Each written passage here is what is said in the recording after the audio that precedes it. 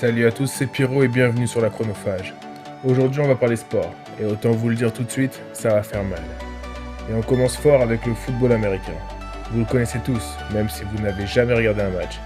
Qui n'a jamais entendu parler du Super Bowl ou du moins de Hirouma de David Bad? Bref, il faut savoir que le football américain est particulièrement spectaculaire à regarder. Et ceci est certainement dû au plaquage effectué et surtout reçu par les joueurs. Vous la jugez par vous-même.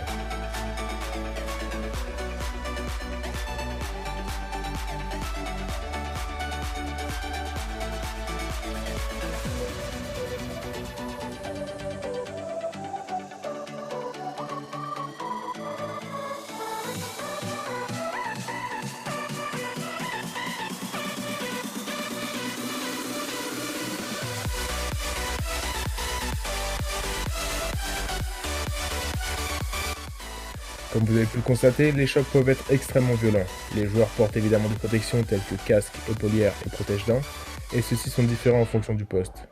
Et même si cela diminue l'intensité des chocs, ils ne les annulent pas totalement.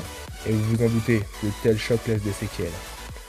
Il faut également savoir que la carrière d'un footballeur pro est très courte, elle dure environ 4 ans. En 2011, la NFL, ligue réputée de football américain, recense plus de 4500 blessures passant de la commotion cérébrale aux diverses blessures orthopédiques.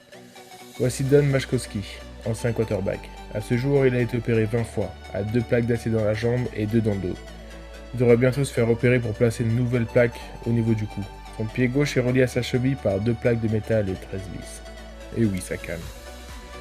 Passons à notre sport, mécanique celui-là. Ce bruit peut en faire frissonner certains. Les motos sont des machines qui forcent l'admiration. Leurs puissances peuvent être phénoménales, mais rares sont ceux capables de dompter ces bêtes à grande vitesse.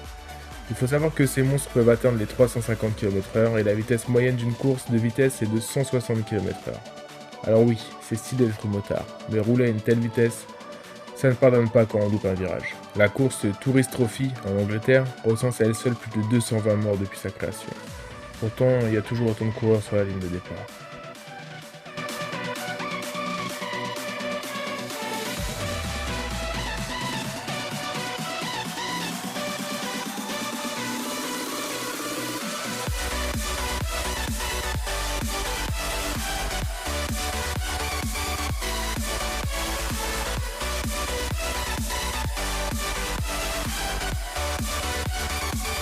Parlons de mon petit préféré, les arts martiaux mixtes, ou le MMA, dont la ligue la plus importante est l'UFC.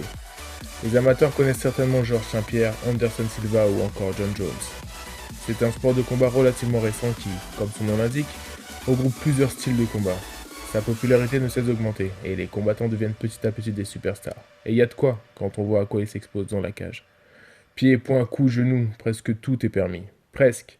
Car bien sûr, il existe des règles. Malgré ça, le sport souffre d'une mauvaise réputation.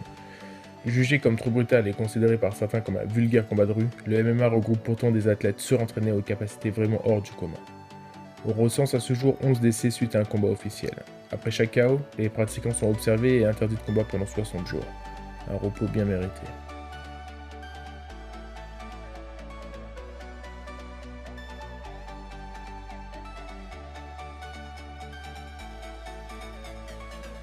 Si vous avez regardé le film Yamakasi, vous connaissez le parcours.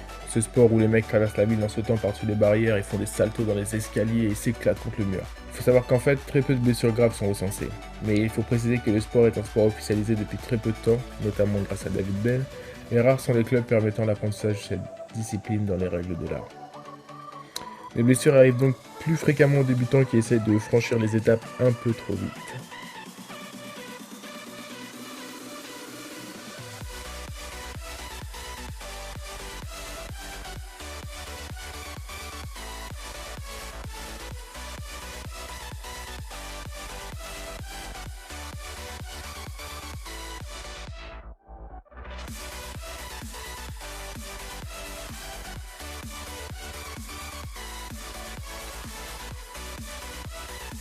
Et le petit dernier est un sport assez particulier, le rodéo. Il faut savoir qu'à la base, le rodéo consiste simplement à rassembler le bétail. Et puis c'est parti en couille. Les mecs ont décidé de monter sur leur bête ou je sais pas trop quoi et ça s'est transformé en sport. Comme quoi tout le monde peut inventer un sport. Le rodéo peut être pratiqué à dos de cheval ou à dos de taureau. Le rider doit tenir 8 secondes sur le dos de l'animal, puis en descendre. Il sera ensuite jugé sur sa prestation. Il faut savoir que les animaux sont autant suivis que les pratiquants. Entraînement, suivi vétérinaire et alimentation, tout y passe pour que les bébêtes envoient leur monteur le plus loin possible. Sinon, pour ceux qui se demanderaient, les riders ne lèvent pas leurs mains libres pour se donner un style. C'est juste qu'il leur est interdit de toucher la bête ou de se toucher eux-mêmes. Ouais, c'était une phrase un peu bizarre.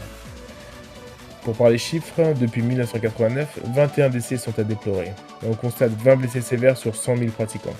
Ça paraît peu comme ça, mais en comparaison au football classique, on en dénombre seulement un seul sur 100 000.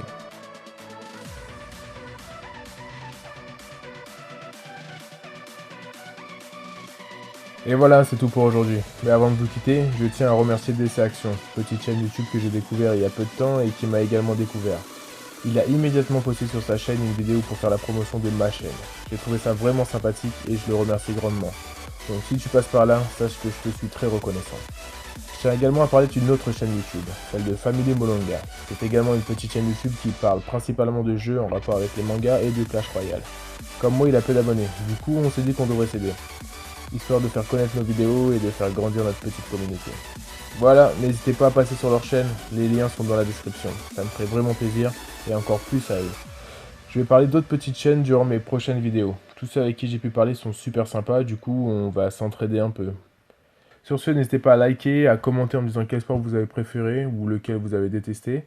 Pensez également à partager la vidéo, ça me ferait super plaisir et en plus ça me permettrait de développer la chaîne. Et surtout, abonnez-vous si ce n'est pas déjà le cas. Je vous dis à bientôt pour une nouvelle vidéo. Ciao!